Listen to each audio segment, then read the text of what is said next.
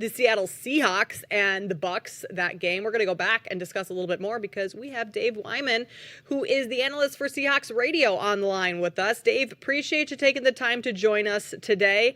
Seahawks 3-1. They've surprised a lot of people, just with at least myself, I should say, with Sam Darnold and the way that he has played coming over to Seattle. Not that there's anything wrong with Seattle's offense, but just having him revived his career under Kevin O'Connell and wondering how that would translate to Seattle. But so far, so good for Darnold and company. Yeah, first of all, thanks for having me. But he's been great. You know, it's kind of interesting this matchup with Baker Mayfield because he kind of went through the same thing. You know, kind of had a resurgent career down there in the right situation. And you know, I look at those two players. Like Baker Mayfield was in Cleveland. I mean, he had a couple good years, but I mean, they can't get the quarterback position right there. I mean, they drafted Shadur Sanders. I mean, and then, you know, Darnold, he starts off with the Jets. They still haven't figured out a quarterback there. And then he ends up going to Carolina, which is another totally dysfunctional franchise where, you know, the owner thinks he knows more about football than the football people. So, yeah, I mean, I think if you bring a guy in, you surround him with a good offense, some good players, some good coaches that don't ask too much, or they know, you know, they get the best out of you, then you excel. And I think that's what we're getting with Sam Darnold right now. I mean, you say the same thing for Baker Mayfield, but yeah, Darnold has just been mostly I get this from talking to his teammates. Like we talked to Brady Russell the other day, and, you know, he said he's unflappable. Like he'll get hit in the chops and then, you know, stand in there and deliver the throw and get up and just kind of shrug it off like no big deal. You know, he's very emotionally, mentally tough. So, and he's got all the skills. He's a great athlete. So, yeah, I mean, it's definitely working out for him, and I'm really happy for him. I haven't got a chance to talk to him yet, but everybody says that he is just the greatest dude ever. All of his teammates and the coaches and even some people that you know are you know really skeptical of people. You know, just he's really won them over. Yeah, I mean, quick follow-up here, Dave. We saw what happened with Sam Darnold last year. They were picking him up on their shoulders in the Vikings locker room. So it seems like it's been all positive around Sam Darnold. Quick follow-up here. Where do you believe and where are you at with the development of quarterbacks and quarterbacks getting a second chance and how young quarterbacks are handled? Are we too harsh? Because I have a lot of conversations with friends of mine internally about I've never seen it as volatile around, like the conversations being as volatile around quarterbacks, almost from drive to drive, where we're giving up on guys. Yeah. I mean, it's interesting just because, like in my era, you know, I hate to make him the example, but because he's the nicest guy in the world and a good friend, but Dan McGuire, you know, he was a guy that, you know, had all the tools and everything, and then he. You know, it just didn't work out for him, and he never really had a career. You've got guys like that are those same things are happening to, but then later on, I mean, like I mentioned, Baker Mayfield and Sam Darnold, and really even Jared Goff, right? I mean, he was kind of on the outs with the Rams. So, yeah, I mean, I think, and I heard somebody the other day say that, you know, they're drafting these great athletes, but they're not really quarterbacks.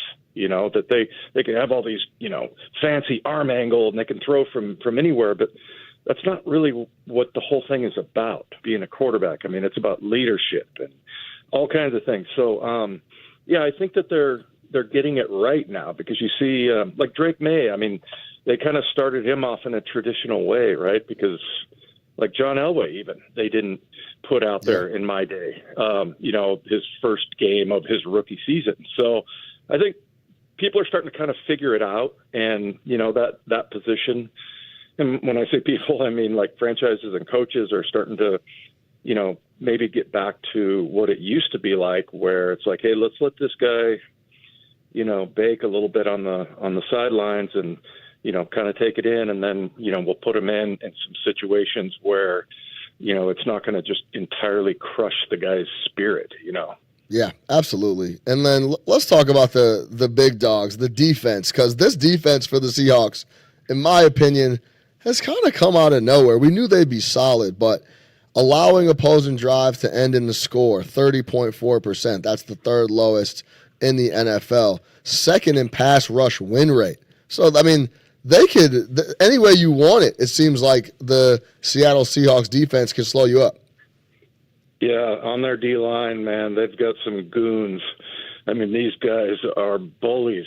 They're just huge. And, you know, you look at Leonard Williams, I mean, there's nobody like him. And he's absolutely, to me, he's an extra meeting guy. I mean, you have to plan for that guy. And then next to him is Jaron Reed and Byron Murphy.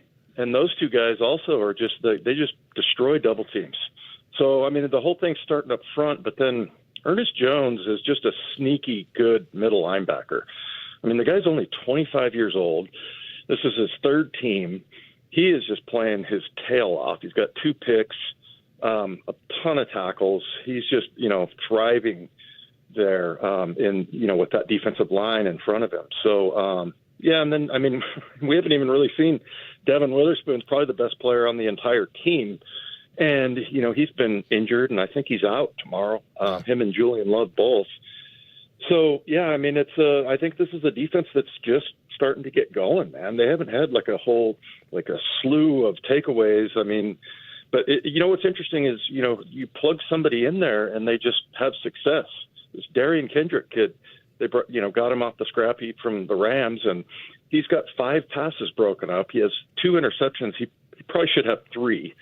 And yeah, I mean, he's just balling out. So yeah, it kind of looks like, hey, you just plug guys in here and everybody understands what the defense is about. I mean, you know, kind of that way, but I mean, I don't really know what to make of it right now. They finished so strong last year that, you know, the last 8 games, they had top 5 numbers as far as the defense goes. Yeah, folks, start paying attention. Byron Murphy's tied for 10th in pressures in the NFL, the only D tackle top 17 in the league. So he's been wreaking havoc. Pressure with 4.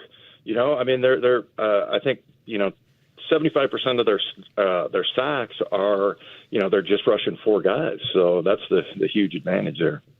Dave, you mentioned a couple guys that won't be playing tomorrow for Seattle. There's also a number of players that are out for the Bucs, maybe outside of the defense being so dominant for Seattle. What other areas do you think that the Seahawks can take advantage of, just the lack of depth maybe that the Bucs have tomorrow?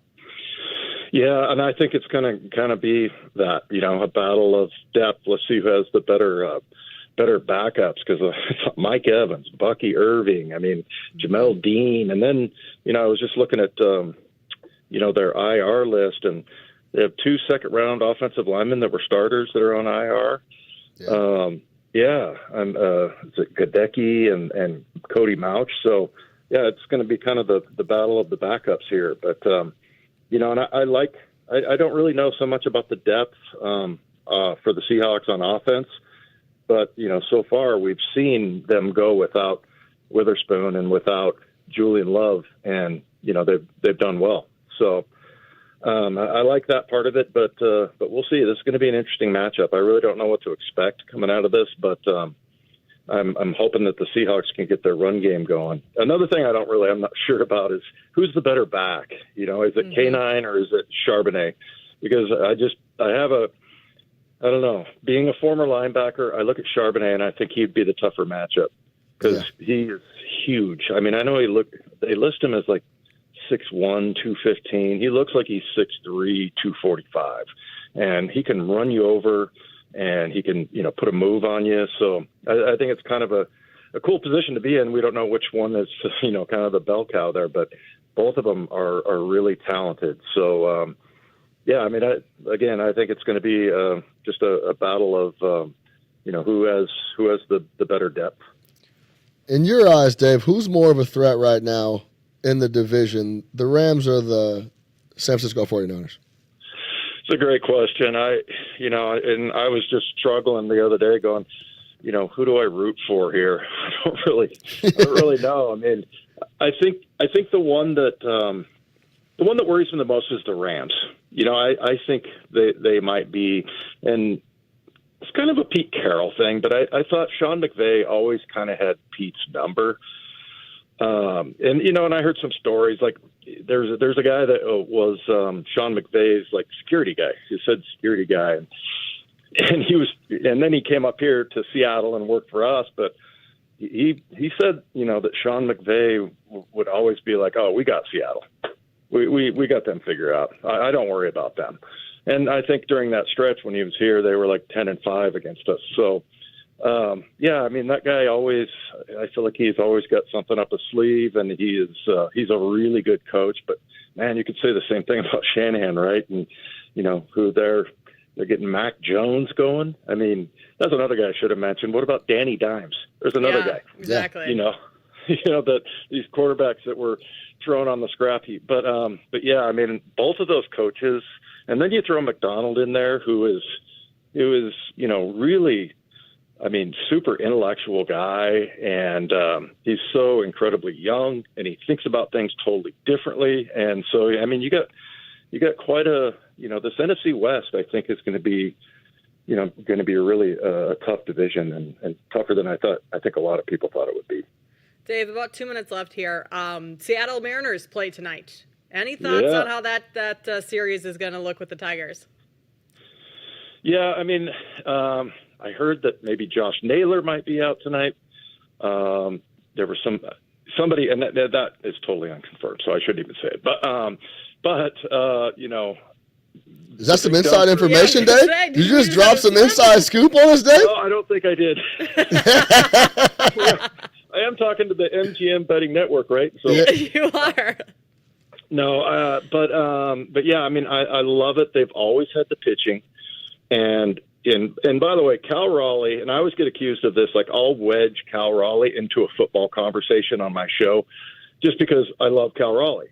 Everybody loves Cal Raleigh, and what he's been doing, man, is just amazing, and he could not be a better dude, a better teammate. I mean, he is just, his pulse is always at 70, and, he never gets too high, too low, and, he manages that whole rotation. I mean, he should be AL MVP. I'm sorry.